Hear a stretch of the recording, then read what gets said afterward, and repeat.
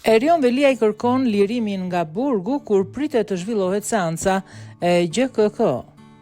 Kryetari i arrestuar i Bashkisë Tiranës, Erion Velia, i ka kërkuar që të dalë nga qelia. Burimet për mediat bëjnë me dije se gjyqi për të vendosur mbi fatin e Veliajt nëse do të qëndrojë në qeli apo do të hetohet në masë më të lehtë, siguri e pritet të vendoset ditën e mërkurë.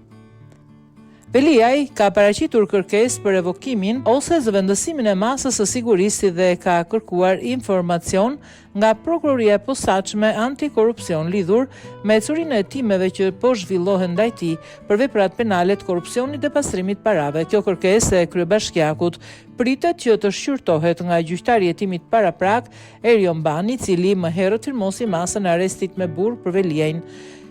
Kryebashkiaku i Tiranës më herët apeloi masën e GKK. Në apelin e posaçëm por shkalla e dytë e gjyqësorit vendosi të rrëzojë kërkesën e tij, duke lënë në fuqi vendimin e dhënë nga Erion Bani në seancën e vlerësimit të masave të sigurisë që mbajt në gjykatën e posaçme. Para ditën e 13 marsit, gjyqtari Enger Pullumbi vendosi të lërë në fuqi masën e sigurisë arrest me burg për kryebashkiakun Veliaj. Gjyqtari mori parasysh kërkesën e prokurorëve të posaçëm Altin Dumani dhe Ols Dado, të cilët kërkuan lënien në qeli të qytetarit parë të Tiranës, pasi sipas tyre vënë në rrezik procesin, duke pasur mundësi të prish provat dhe të intimidojë dëshmitarët.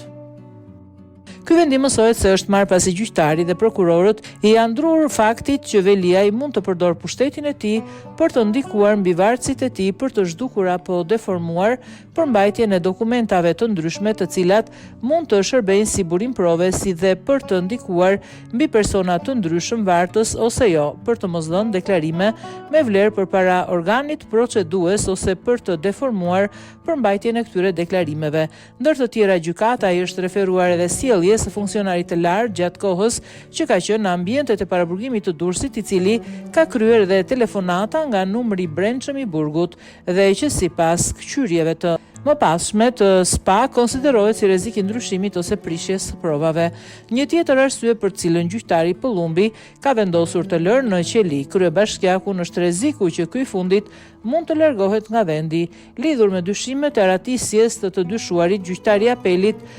Enger Pullumbi shprehet se mundësit financiare të hetuarit vlerësohen si armoni me lëvizjet e tij të shumta, konfirmuar edhe nga sistemi TIMS, dhe për shkak të veprave për cilat ai po hetohet. Gjykata del në përfundimin se ky rrezik është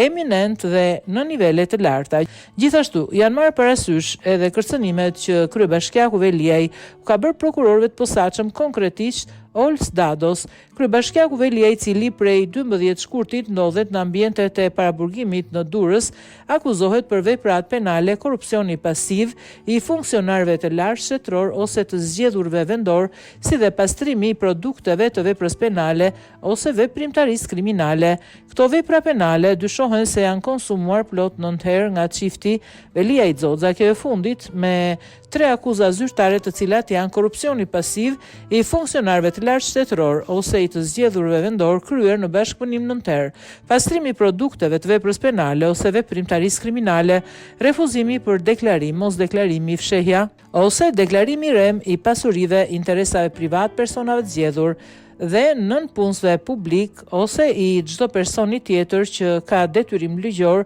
për deklarim.